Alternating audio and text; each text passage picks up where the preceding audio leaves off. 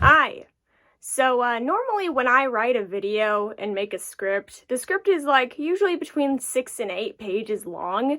This one is 21 pages long. So I'm going to try and really get through it and get to my point, but just FYI, it's going to be a long one. Hi, my name is Spencer. I use he, they pronouns, and in a past video I discussed how Stephen King's Dreamcatcher is my favorite novel of his and how it is one of my favorite books of all time.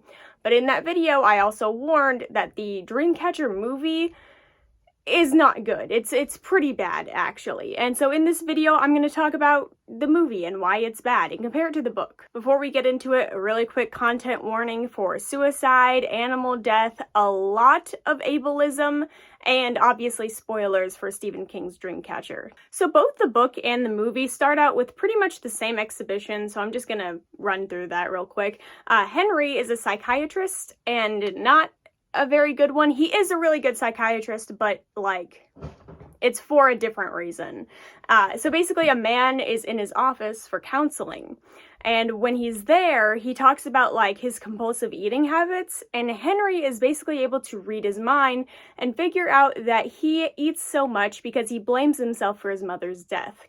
And then he ends up talking to him about that, but the thing is that the guy gets freaked out because he didn't tell Henry anything about his mom's death, so like how does he know about that? And he freaks out and leaves.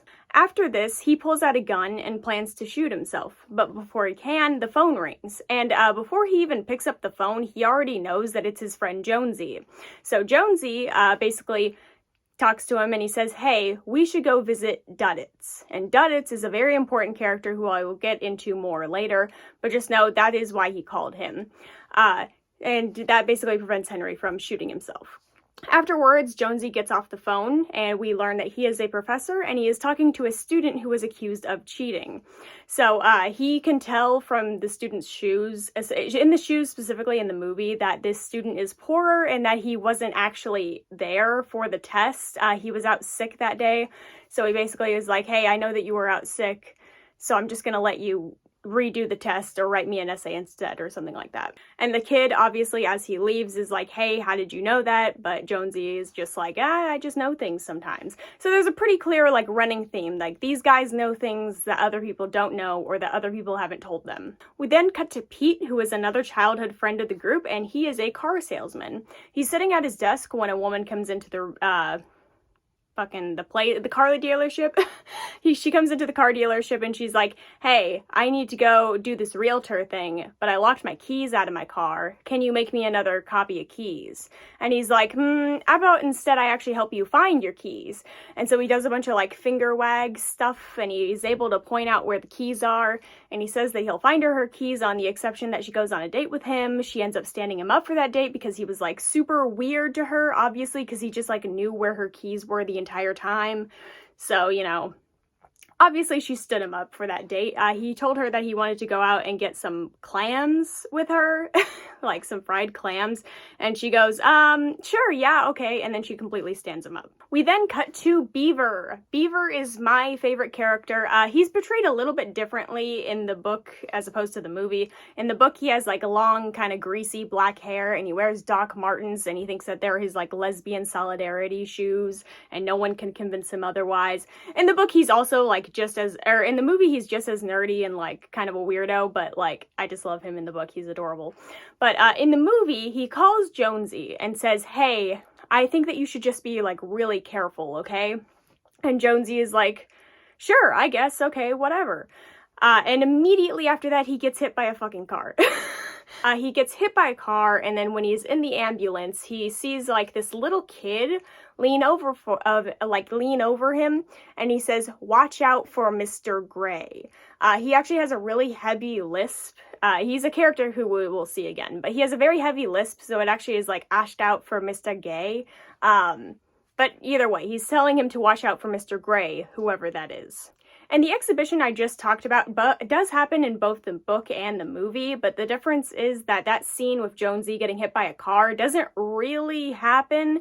Like, Jonesy does get hit by a car and his hip is damaged because of that, but it only is mentioned like very offhandedly, and it's only mentioned to explain the fact that he is sitting in a tree stand for the duration of their hunting trip, or at least for like most of their time while they're hunting. So following this exhibition is where we get the real start of the story. So we get Jonesy, Beaver, Henry, and Pete all arriving at this cabin in the woods near their hometown called the Hole in the Wall. Now, one thing that it happens in both the book and the movie that I really quite like is the fact that they have like their own like little sayings, their own little like friend lingo. Most of it comes from Beaver. Beaver likes to make up a lot of fun things to say, but one of those is SSDD, or same shit, different day. It's not really super important to the story. It's something that they say a lot, and I think it's very cute. So going over a really essential part of the beginning of this story, this does not happen in the book, but it does happen in the movie, and what happens is that Henry and Jonesy are both outside collecting wood, and Jonesy asks Henry if he's been thinking about Duddits more than usual. Henry agrees, and Jonesy says that he saw Duddits standing across the street looking very disheveled and looking like he's crying out for help, just like the day they first found him. And this is obviously foreshadowing. And it's at this moment where we cut to like the background where we see Jonesy seeing Duddits across the street that we learn that Duddits is the boy with the lisp that we saw in the ambulance. So at this point, Jonesy asks why Duddits would call him out into the street where he gets hit by a car, because Duddits is like the most kind-hearted person out of all of them. So why would he intentionally lure Jonesy out into the street? It doesn't really make sense. And again, mind you, this part does not happen in the book. This is something that they added into the movie in order to make the ending make sense, but whatever. This cuts to a scene where they are all having dinner inside the cabin, and the topic of a memory warehouse comes up. A memory warehouse is exactly what it sounds like. It is a warehouse where all of your memories are stored. They have this discussion, they had this discussion like when they were younger, I guess, because they kind of like make fun of Beaver for not knowing or not remembering what a memory warehouse is. But yeah, it is a place where you store all your memories, and it will come up later on in the movie/book. Following this, they give a toast in honor of Duddits, and this is where we get to see how they met him. So again, warning, a lot of ableism. So it is 23 years earlier, and all of the boys are walking along the train tracks, and they are going to this old abandoned building where supposedly there is a picture of the homecoming queen's privates on the wall. They get to this abandoned house or building, and they find a kid's shirt on the ground. And they walk a little bit further and they find a lunchbox that has Scooby-Doo on it. And inside it says, "This lunchbox belonged to Douglas Cavell. If you find Douglas Cavell, please bring him to this random address." Afterwards, they hear screaming coming from behind the building. They run, and then they see a couple of high school boys holding Duddits down with a piece of dog feces inside of a baseball glove. And they are attempting to make Duddits eat it. So at this point, basically a lot of like really intense dialogue happens. They threaten to tell people who they are and that they're trying to do this to a kid from the special needs school. They call it something much worse in the book and movie, but it's a school for special needs children. To clarify, as a neurodivergent person, I do not like the term special needs. I only used it in this part to clarify like what kind of school Duddits goes to, but yeah, just clarifying. I know that special needs is generally a term that is not welcome in disabled and neurodivergent spaces. It's just what I used in that point to get what I was trying to say across. Yeah. They end up threatening him, and then like all of the teenagers run away, and then Duddits is obviously super stressed out, so Beaver sings to Duddits and it calms him down, and that's the whole thing. Basically, that's just a rundown of how they met him. Oh, and at the end of that scene, they go to actually find the picture of the cheerleaders' parts on the wall, and they realize that it's actually like a woman in her 30s, and she's like barely even undressed. So they decide that they didn't come there to actually see the private parts, they came there for Duddits. So sweet, I guess. So this next part is what happens next in the movie, but it's actually where the book really picks up. So like in the movie, you get exhibition, them at the cabin talking about stuff, and then you get into this next part. Whereas in the book, you get exhibition and then this part right here. So Pete and Henry went to go get supplies at like a fucking convenience store in town, while Jonesy and Beaver are staying behind at the cabin. Jonesy is in his tree stand and he thinks that he hears a deer. He leans up and he grabs his rifle and he lines himself up, and he realizes that what he thinks is the head of a deer is actually the coat of like a 60-something-year-old man. So he goes down and he finds this man, and he is like very much so like disheveled. He doesn't know where he is. He's kind of freaking out. He tells him that his name is Richard McCarthy and he has been lost in the woods for 2 days. One slight difference between the book and the movie is that when Jonesy brings Richard McCarthy inside, he basically offers to undress him. And so in the movie, he offers to undress him like pretty much immediately. He's like, hey, let me help you with that coat because you probably have frostbite. You've been out in the woods for so long. You probably need some help. Whereas in the book, it's very clear that McCarthy attempts to undress himself and is only able to get the zipper about halfway down, where it almost seems like his brain like malfunctions and he doesn't know what to do to continue. Like he just sort of stands there not knowing what to do at all with his own clothing, and then Jonesy is basically forced to help him get undressed. Another important part that happens in the book is that McCarthy claims that the weather report was not accurate at all for this trip, and they should have been able to forecast the blizzard that's currently going on. And Henry is very confused by this, understandably, because he and his friends came out to the cabin on that specific day in hopes of the blizzard happening. Like, they knew beforehand that it was going to happen. So if McCarthy's only been missing for like 2 days, how did he not know that this blizzard was going to occur? Something that happens in both the book and the movie is the fact that this man has a terrible odor, and it is pertinent to the story. So it happens specifically when he burps or farts. Basically, in the book, it is described as being diluted antifreeze, or at least that's what it smells like.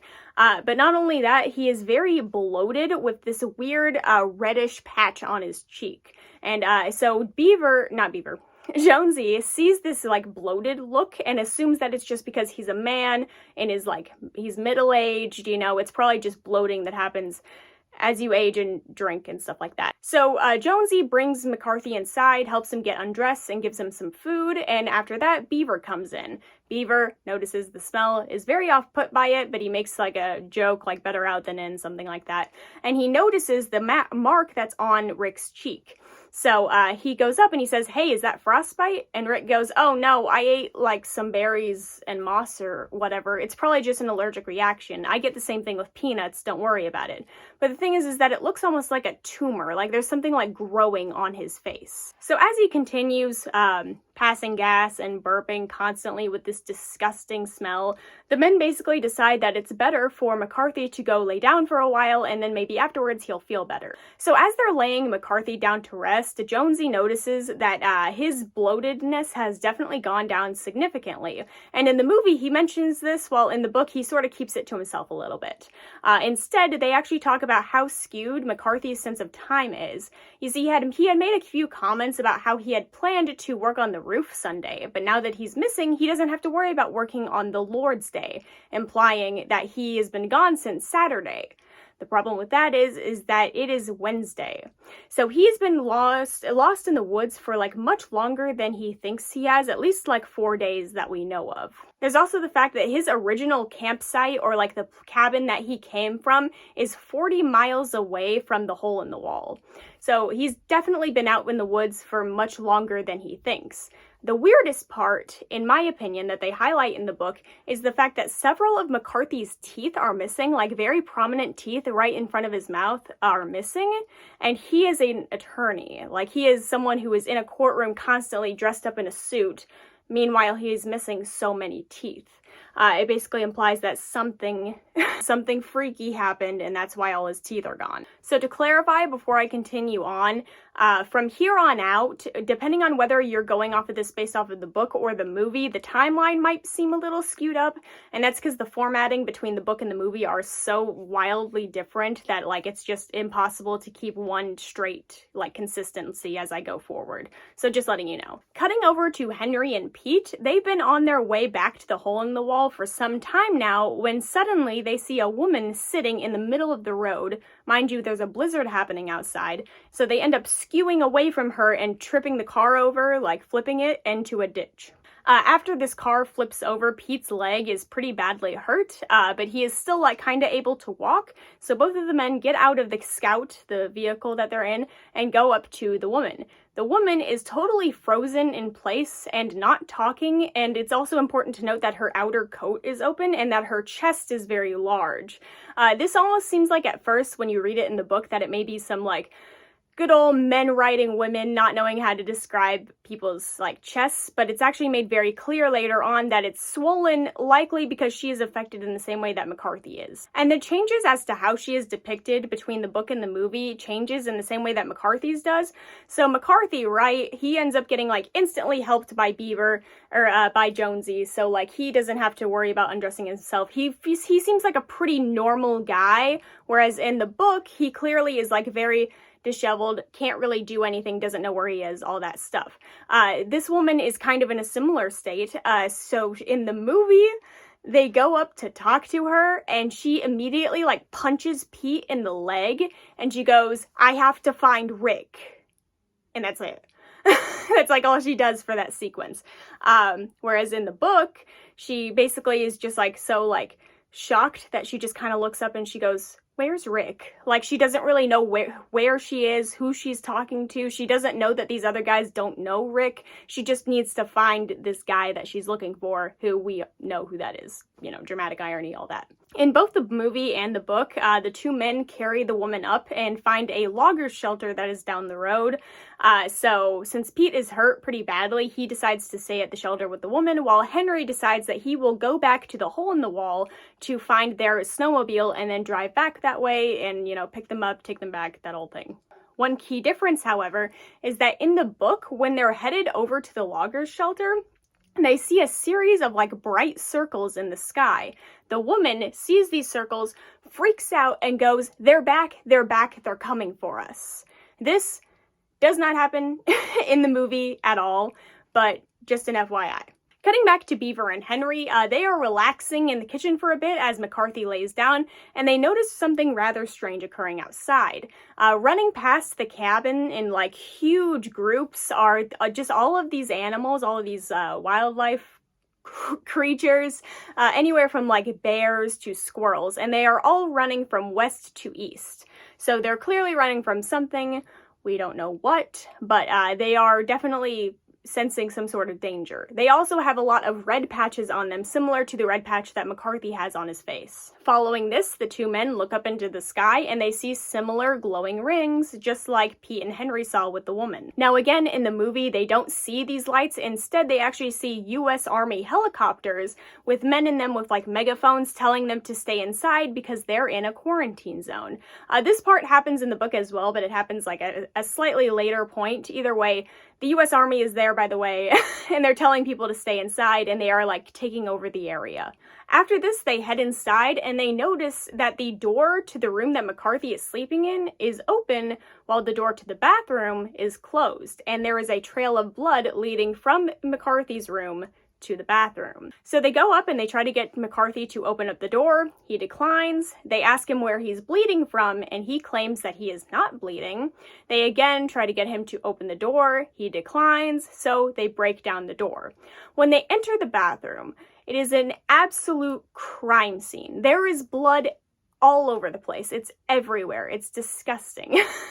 And it also smells of diluted antifreeze. It has this very noxious odor just sort of engulfing the place. It is definitely not a place you want to be in. The thing is, however, is that it isn't all blood. Several of these patches of blood have sort of begun to grow this sort of fungus-looking thing, similar to what is growing on McCarthy's cheek. Once they enter, they turn to see McCarthy, and he is honestly not that bad, at least like on a surface level. He's not really covered in blood at all. He has his little hat back on. He's just sort of sitting on the toilet, just like staring off into the distance, not concerned about anything, not answering to them at all. It's only when he farts, and then something comes out of him that they're like, holy shit, like, what is wrong with this guy? He has to be alive, right? Because he just farted and, like, dropped, as Beaver would say, he dropped a clinker. So, you know, gotta go check him out. So they go up and they try to, like, talk to him, they try to communicate with him, when all he does is fall over into the bathtub. And we can see from his behind that, something has essentially caved its way through Rick's body. Following this, they hear a splash sound come from inside the toilet. Beaver slams the lid down and sits on the toilet and basically tells Henry, hey, go get the tape from the shed, we'll tape the lid shut and then get out of here. So to summarize what happens at this point, Jonesy goes to go get the tape. And while he does, whatever is in the toilet ends up breaking out. It is revealed that it is this sort of weird weasel looking thing. They're called shit weasels in the book and the movie, so that's what I'm going to refer to them as. But the depiction in the movie is actually pretty accurate in comparison to the book. There are these like long lamprey looking things with like hundreds of needle-like teeth and little like black beady eyes, and they are pretty dangerous. They actually bite. It actually like bites Beaver on the nape of his neck and like ends up attacking him pretty severely just in time for Jonesy to get back. And when he does get back, Beaver basically screams at him to leave. But in both the book and the movie, Jonesy is too terrified, like he is too paralyzed by fear to actually leave. And instead he just sort of stands there watching his friend get attacked by this shit weasel. Shit weasel. Once Beaver has been killed by the shit weasel, it turns to attack Jonesy, and he ends up managing to, like, slam the bathroom door shut just in time. When he does this, though, basically, like, the weasel's trying to get through the door, and he's trying to stop the weasel from getting through the door. And, like, long story short, the door ends up breaking, and the shit weasel is now free. So Jonesy turns around immediately to try and leave, but when he does, there is this giant gray alien man staring at him. Again, he's paralyzed by fear, so he's just sort of looking up at this guy. And something incredibly important happens at this part that you need to listen to, okay? Not that you weren't going to listen to the whole video, but you gotta listen, okay? In the book, the weasel, right, the shit weasel, crawls over Jonesy's feet and curls up in front of the alien who has been dubbed Mr. Gray at this point, okay?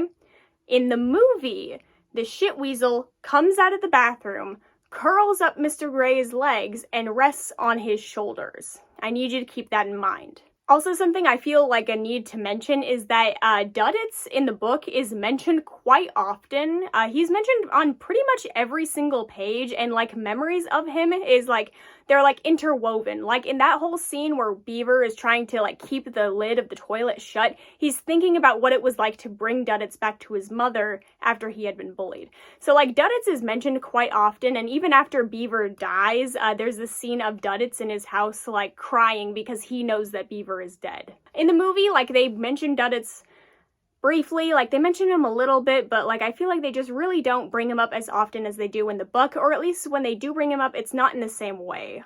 Now we get a cut over to the army guys. So they've set up a base at the place that they got like their food and stuff from in town, and they're basically have like a huge wall built around them. So army men are leading civilians into this gated area with guns, while our main like bad guy, sort of, his name is Kurtz, he's played by Morgan Freeman, steps out of a helicopter with just the hugest eyebrows I've ever seen, and basically goes on to like talk about killing aliens.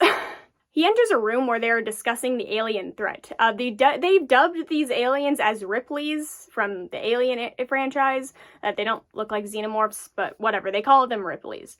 They've been killing infected animals in the blue zone, which is the area that our main characters are in, and they basically have this quarantine camp set up to see what happens to the civilians. This is where we meet our sort of redeemable, if you can say that, army person. His name is Owen Underhill, but he basically is in charge of all of the blue boys, who are the people who are in charge of killing the aliens. One thing that is very important to mention that the army guys discuss in the movie, it's mentioned in the book as well, but they really mention it like specifically at this part. This is where we're introduced to the concept in the movie, and that is that the aliens, specifically the tall alien guys, the Mr. Greys, the Greys can communicate with you telepathically, and we'll see that happen later on. In the movie, they sort of mention like offhandedly that some people, some specific army generals, believe that some people can actually be immune to this fungal infection thing going around and that they actually won't be harmed by the aliens. So in the book, they really don't mention that at all. They just kind of talk about how they want to kill aliens really bad. They introduce like this whole other like B-plot in the movie that doesn't really happen in the book very much, so I'm not even going to talk about it because it's dumb. But if you watch the movie, you'll see what I'm talking about. Some people don't like the blue boys, while the blue boys don't like those guys. It's a whole thing. Cutting over to Pete and the woman. The woman is pretty much dead, while Pete is very much drunk. So this is another point where I actually have a problem with the movie in comparison to the book. I feel like, and this isn't just a problem with Dreamcatcher, this is a problem with a lot of movies, I feel like movies will tend to make an alcoholic character out to be a complete asshole just because they can. Pete is clearly described as being an alcoholic in both the book and the movie, and he is definitely an asshole, but he still has like human moments to him, right? So in this moment where this woman is basically dead in the snow at this logger's cabin, Pete is just sort of like looking at her in the book, and he's like, man, I really wish I could have helped you, but I'm not a doctor, I'm a fucking car salesman. Whereas in the movie, he's basically like sexualizing her the entire time and is projecting his insecurities onto her and is basically assigning her the same personality as the girl who stood him up for clams earlier in the movie. So it's just weird. I don't know, like, sure, you can be an alcoholic and be an asshole, but not every alcoholic is an asshole, and Pete definitely has like human qualities about him in the book.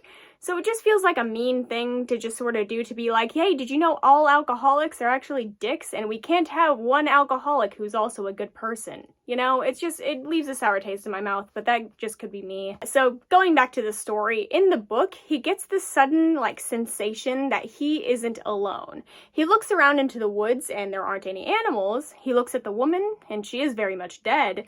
So he gets this sensation that there's something on the tin roof of this logger's shelter.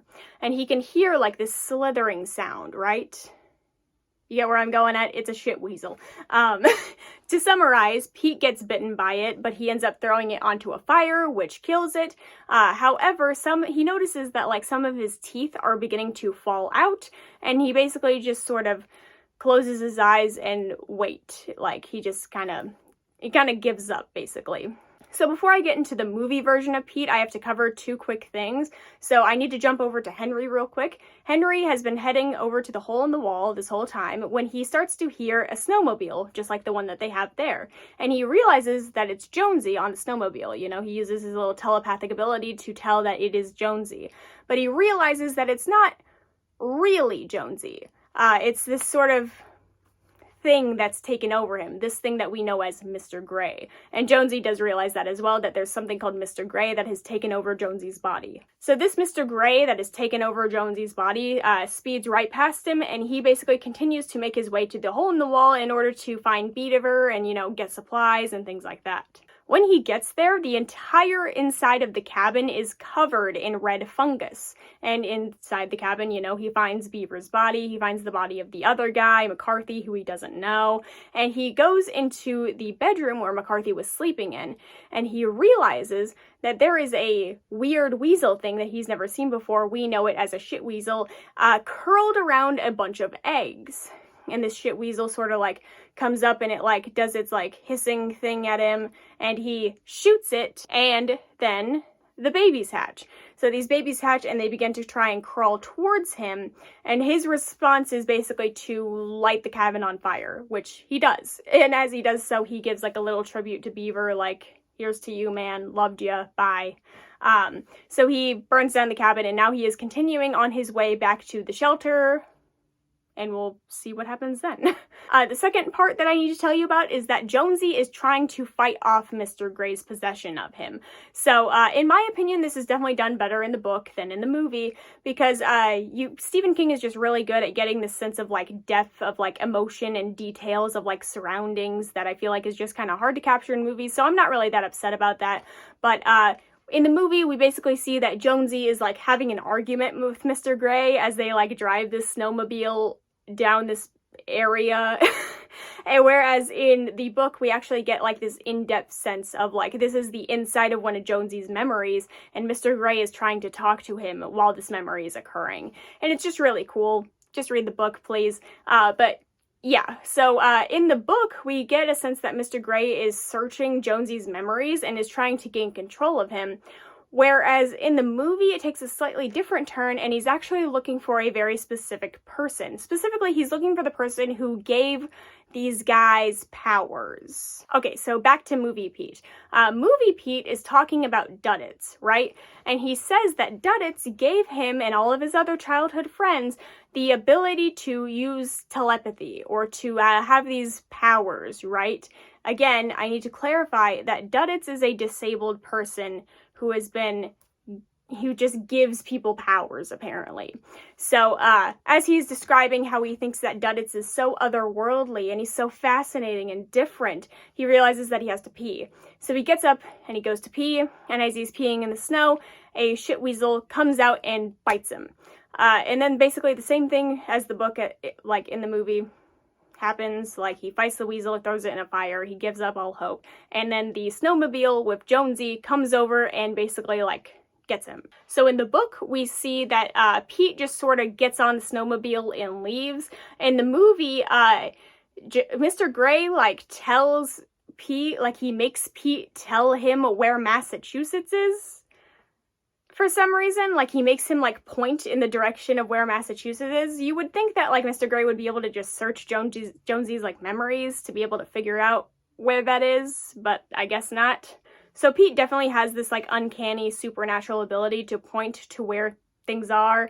And in the movie, as we saw, he makes him point to where Massachusetts is, whereas in the book, he basically uses him for when it gets to be nighttime to point in what direction they should be going. Specifically, he makes him point north. Which begs the question, in the movie, he didn't make him do anything specific at night, he just had him point to where Massachusetts is in the daytime. So why did he even take Pete with him in the first place? He could have just had him point to where he needed to go and then left him.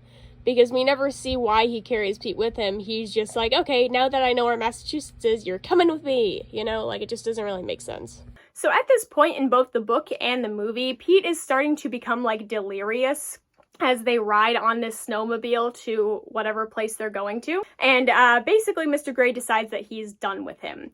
So he kills he kills Pete in two very different ways. In the book, he takes Jonesy's hands. Remember, he's taking over Jonesy's body. He still looks like Jonesy. He is Jonesy. He takes Peter's head and crushes it. In the movie, he transforms Jonesy's body into like this giant lamprey alien thing and eats Pete. So at this moment, Jonesy decides that he should hide Duddits, or at least he should hide the memories that he has of Duddits away from Mr. Gray. As we mentioned previously, Duddits is the one who gave them superpowers, and Mr. Gray is looking for someone very specific, so he's likely looking for Duddits. So he decides that he's going to like hide the memories away. Now, Duddits is very important to both Mr. Gray in the book and the movies, but it's very clear that like it's done in really different ways. So in the movie, it's very clear Duddits gave them powers, and therefore Mr. Gray thinks that Duddits is very powerful and he's a threat, so he should be dealt with, right? In the book, it's slightly different. You sort of get the sense of like... So the telepathic powers are definitely tied to Duddits in a way, right? But when Jonesy decides to hide his memories away from Mr. Gray, right? It's more so in a sense of like protection. Remember, like they found Duddits because they were protecting him from bullies. And so now he's basically doing the same thing again. He's protecting Duddits from a bully. Like in the movie, Duddits is like a tool. He's a weapon. He's gotta go get Duddits, and Mr. Gray wants to attack him. Whereas in the book, Jonesy hides Duddits away because Duddits is important to him. Not just because he has powers or because he gives people powers, which I don't even think he really does so in the book. I'll get into that at the end. But still, he hides him away because Duddits is important to him, not because Duddits is important to the ability to have powers. But again, that could just be me. Again, it's all interpretation, so that's just how I interpreted that part of the book where he decides to hide his memory from, you know, Mr. Gray. Cutting back to Henry, after burning down the hole in the wall, he heads back to the shelter where he discovers that Pete is no longer there. He can tell instinctively that Pete has left with the Mr. Gray Jonesy, but he doesn't know where they went, so he just sort of continues on down the road. He continues until he gets to the town area that they were at, which is now taken over by the US government. So the US government takes Henry and puts him into quarantine, where he basically is able to communicate with Owen Underhill. Before I get into him talking with Underhill and like the whole thing that they do, I need to talk about a very important scene involving the army in the book and the movie. So there's this scene where the army gets together in all their helicopters and they go and they kill aliens. They kill all the Greys, right? And it's this like super hyped up dramatic scene in both the book and the movie. And they kill every alien there. It's like a huge bloodbath. Even like US soldiers die. It's a whole big deal, okay? I need you to remember that they have a battle with the Mr. Greys. So Henry is talking to Owen, right? And he tells Owen that Mr. Gray has taken over Jonesy's body and he plans to do something bad. We don't really know what that is, but we know that he's going to do something bad, and Henry needs Owen's help in order to get out and stop him. So, long story short, they devise a plan in order to escape. They do, and they just carry on together to go hunt down Mr. Gray. From this moment on, I'm probably not going to mention the book very much in comparison to the movie, because there's a lot of really crucial stuff that happens after this point that I want to save for my final thoughts. So while they are heading to find Mr. Gray, Henry is able to contact the real Jonesy while they're driving down the road, and Jonesy tells him that they are heading towards Massachusetts. Henry realizes in this moment that they really need Duddits with them, so they decide that they're going to go to their hometown, which is Derry, Maine, and they are going to pick Duddits up and take them with them. Now, I haven't told you this until now because in the movie they don't tell you this until this moment, but Duddits has like stage 4 leukemia. So in the book, we actually learn this fairly on in the beginning. I mentioned that scene where Beaver dies and Duddits is like inconsolable, sobbing because he knows that Beaver has died. In that scene, we know that he has cancer. So, but we don't find out in the movie until later on, and that actually kind of makes sense because all the other friends, you know, Beaver, Jonesy, all those people, they don't actually know that Duddits has cancer because they hadn't gone to see him in so long. So it kind of makes sense why we don't find out he has cancer until later, but yeah, just FYI, he has cancer. So they pick up Duddits, they go to Massachusetts. So while they are going on their way there, Duddits reveals that he knows that Mr. Gray wants water. And from this, Henry basically determines that Mr. Gray is headed to a reservoir in Massachusetts and is going to infect the water with the Ripley virus. In this moment, Duddits decides that he is going to reach out to Jonesy, and by reaching out to Jonesy, he also simultaneously reaches out to Mr. Gray, right? And so in this moment, there's some very crucial information that does not happen in the book, where basically Mr. Gray goes, "Oh, you don't know what your friend Duddits has been up to, do you?" By the way, Mr. Gray has like this gaudy English accent, but still, he's like, "You don't know what your friend's been up to, do you? You don't know the plans that he's had for you all along." Foreshadowing at some like later great evil plot that's been plotted by this like autistic guy who just like Scooby-Doo. Yeah, he's real evil, trust me. Also, FYI, Morgan Freeman is on his way to hunt down Owen because Owen went AWOL in order to help Henry, so he's there too. But Mr. Gray has made his way all the way to the reservoir and is carrying a dog that is infected with the Ripley virus over to like the building that has the water supply in it. He makes his way in with the dog, and in that moment, Henry, Duddits, and Owen arrive. Owen is the first one to get out and investigate, and as he does, Kearns flies over with a helicopter, and they both basically have a gunfight, which results in both of them dying. Henry takes Owen's gun and tells Duddits to stay back, and he heads into the building where Mr. Gray is. So Mr. Gray is in there, and he's currently struggling to get this reservoir, the pothole that leads to the water supply, open.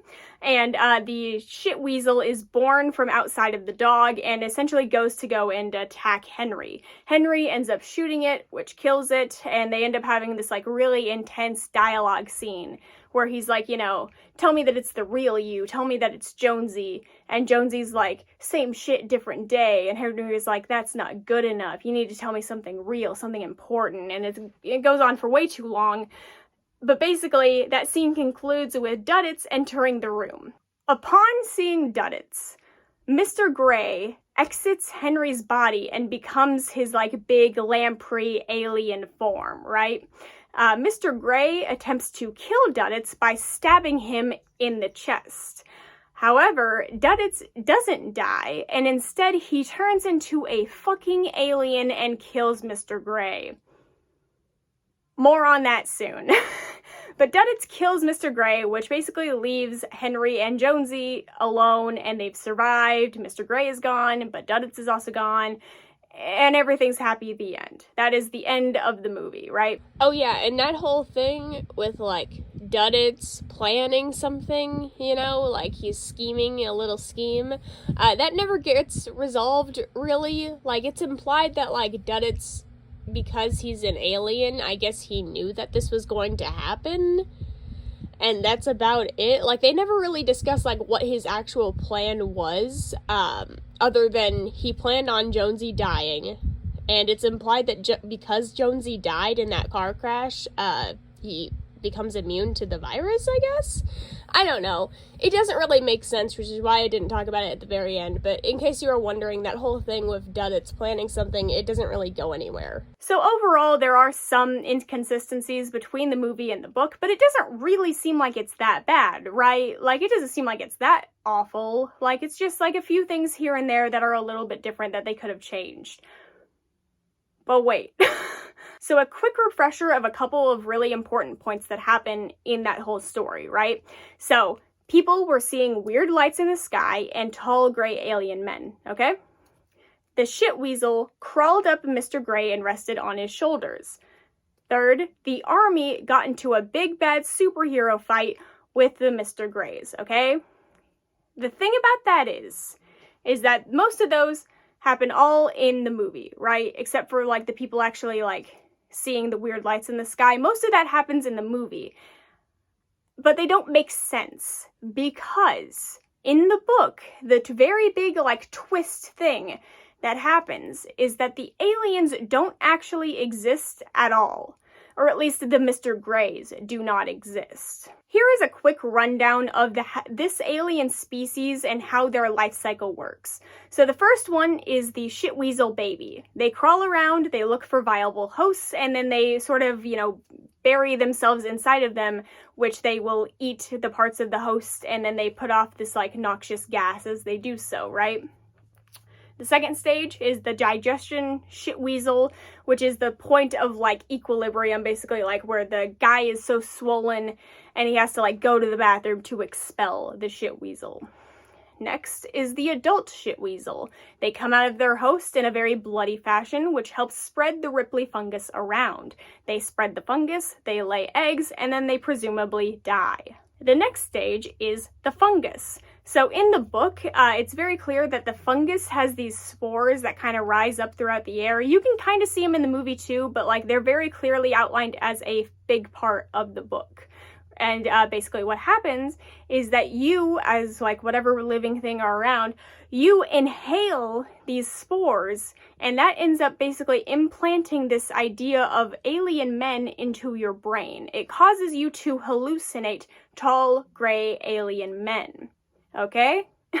So they're not real, they're just hallucinations. That's why it seems like they communicate with you telepathically. They don't actually communicate with you telepathically because they never exited your head. They're still in there. That's what makes the fight scene between the army and the aliens so significant, is that in the movie, it is a legitimate fight scene that is happening between the US Army and these like big bad alien people, right? But in the book, it never happens. They fight this like empty field. They're just shooting at nothing. Their casualties were for nothing because it's not real. And that is one thing that I love about the book, is that like you kind of like get a few hints here and there that like maybe they're not real, but up until it's like really revealed in this revelation that Henry has, you don't really get it, and then it clicks and it's awesome. There's also the fact that this isn't a twist that happens like at the very end of the book. This happens like somewhat earlier. Like this, I believe Henry has this realization that the gray men aren't real when he's still like in the camp. Like it's a fairly early on realization. And that is like part of my main like problem, I guess you could say, with the movie, is that like, yeah, you can touch the aliens, okay. You know, like it would just be way cooler if they were like a hallucination the entire time and they didn't even actually exist. You were just fighting a non-existent threat. And that was like a major factor with Jonesy's character specifically, is the fact that Jonesy is inherently immune to this Ripley fungus, which means that he doesn't really externally see a Mr. Grey that much. Instead, he's fighting the actual Mr. Grey that is in his head, and he's fighting him off, which in the movie, you know, Mr. Grey is like taking over and he has this physical form which completes it destroys the entire purpose of it being an hallucination in the first place. It's just not as cool. I don't know.